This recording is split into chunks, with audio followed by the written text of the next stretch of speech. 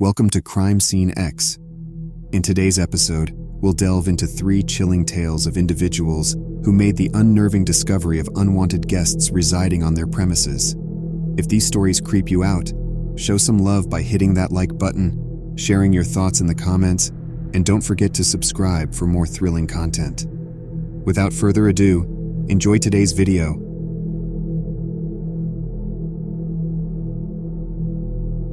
Living on the outskirts of town, my home was surrounded by vast expanses of open fields and woods. It was a peaceful place, save for the occasional murmurs of nature. My garden was my pride and joy, a lush oasis of flora that stood out starkly against the wild backdrop. One foggy morning, as autumn's chill was beginning to bite, I decided to venture into the garden. The mist played tricks on my eyes, making it seem like the flowers swayed more than they should, like whispered secrets passing from one to the next. My goal for the day was to clean the garden shed, a quaint wooden structure, painted green and worn from the elements, sitting at the edge of my property. Upon approaching the shed, I noticed the door was slightly ajar. Confused, I recalled locking it after my last visit. The padlock I usually secured it with was now lying on the ground, not broken, but unlocked. Curiosity turned to alarm when I entered. The interior was in disarray. Pots were knocked over, soil was spilled, and my tools were not where I'd left them. More disturbingly, in the furthest, dimmest corner, there was evidence of someone having stayed there. A tattered sleeping bag, empty canned goods, and even a few crudely drawn pictures that seemed to depict the woods around my house. Was someone watching me right now? Before I could further contemplate this, a rustling noise emerged from the shadows behind some stacked crates. My heart raced. Slowly, a figure appeared, looking just as startled as I felt. He was tall, thin, with matted hair and a beard that hadn't seen a razor in months. His clothes were grimy, stained with mud and time. "I mean no harm," he croaked, raising his hand slightly as if to show he was unarmed. His voice, though ragged, had a tremor of genuine fear. "Just needed a place to stay, away from the town's eyes." We stood there for what felt like hours, lost in a tense silence, the fog outside seemingly pressing against the shed. I finally broke the silence. "You need to leave. Now." He nodded slowly, gathered a few of his belongings, and disappeared into the thickening mist. Shaken, I contacted the police. They searched the property and woods but found no sign of him.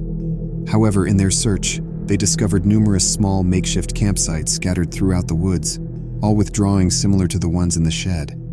The images portrayed my home and garden, but most unsettling were the ones that seemed to show me, tending to my plants or sitting by my window. They speculated that he had been watching, perhaps even obsessing over me for quite some time. I fortified my home, installed a security system, and even adopted a rather large, intimidating dog named Max for both companionship and protection. Still, I often find myself staring out into the woods, wondering if eyes are staring back, hidden among the trees. And every rustle, every unexpected sound in the night sends sweat down my back, a scary memory of my uninvited tenant.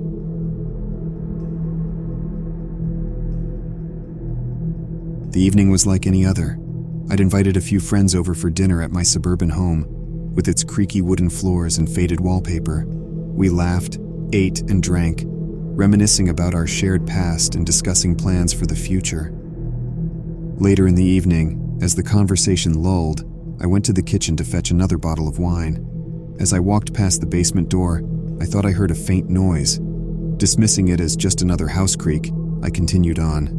However, when I returned from the kitchen, Clara, my childhood friend with a keen sense of hearing, asked, "Did anyone else hear that noise from the basement?" Most shrugged it off, but the seed of doubt was planted in our minds. On a half-dare, half-joke, I grabbed a flashlight, and with Clara and a couple of others decided to inspect the basement. The musty smell hit us immediately. It was dark, save for the thin beam from my flashlight. As I moved the light around, it landed on a pair of eyes that didn't belong to any of us. A man, unfamiliar and looking equally surprised to see us, was crouched behind some old boxes. Fear gripped us. Before we could react, he lunged. Clara, always quick-thinking, shouted and swung a rusty old pipe she'd picked up. It hit the stranger's arm, causing him to recoil. We bolted up the stairs, slammed the door, and locked it. We called the police immediately. By the time they arrived and cautiously combed through the basement, the man was gone. They found a small, improvised living area in one corner, some food wrappers, a sleeping bag, and a few personal items. It became apparent that he had been living there for a while, entering and leaving through a broken basement window when I was at work or away. In the days that followed, the police discovered that the man was a fugitive, hiding from some crime he'd committed a town over. The experience changed me. The realization that someone had been living under my roof, unbeknownst to me, was terrifying. I moved soon after, investing in a robust security system for my new place. It was a chilling lesson that danger can lurk in the most unexpected places, and sometimes right under our feet.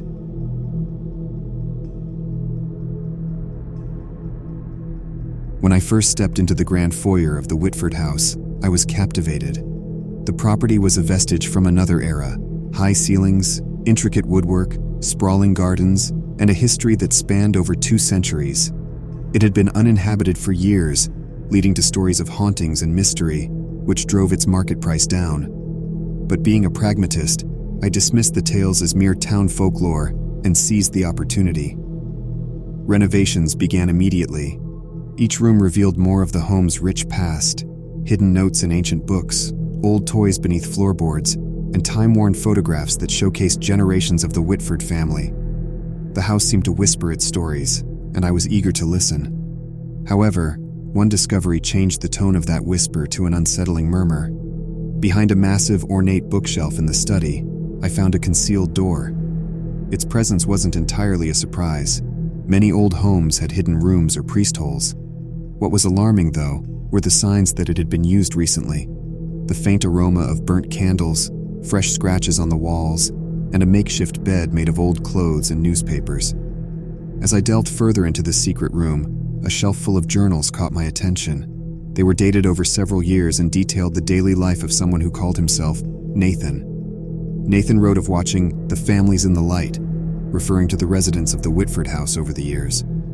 There were detailed accounts of their routines, personal conversations, even secrets they thought were hidden within the confines of their home. The meticulous entries portrayed an odd mix of obsession and envy. Things took a darker turn in the more recent entries. Nathan wrote of craving recognition and how he yearned to claim his place in the light. The last entry was particularly chilling. The new occupant is different. He listens to the house, respects its history. Maybe he will be the one to understand me, to welcome me from the shadows. A cold dread washed over me as I recalled the nights I thought I heard footsteps in the hallway, or the faint silhouette I'd dismiss as tricks of the dim light. The realization hit hard. I wasn't alone in the house. With the police informed, a thorough search was conducted. While Nathan remained elusive, they found multiple pathways within the walls and vents, allowing him access to nearly every room without being detected. Evidence suggested he may have been a descendant of the Whitford family, possibly harboring a grudge over lost inheritance, or simply driven to madness by isolation and obsession. The house underwent extensive renovation to seal off Nathan's hiding spots and pathways. Security was ramped up, and I tried to regain the sense of safety and solace I once felt. But even with the layers of modern protection, the weight of history pressed on. Every shadow seemed deeper, every sound echoed with a hint of uncertainty. Whitford House stood grand as ever, a sentinel of time, but now with a chapter I hadn't anticipated. While the town's ghost stories were fictional, my tale was very real. Thanks for watching. If you haven't already, please like the video, comment what you thought, and subscribe for daily uploads.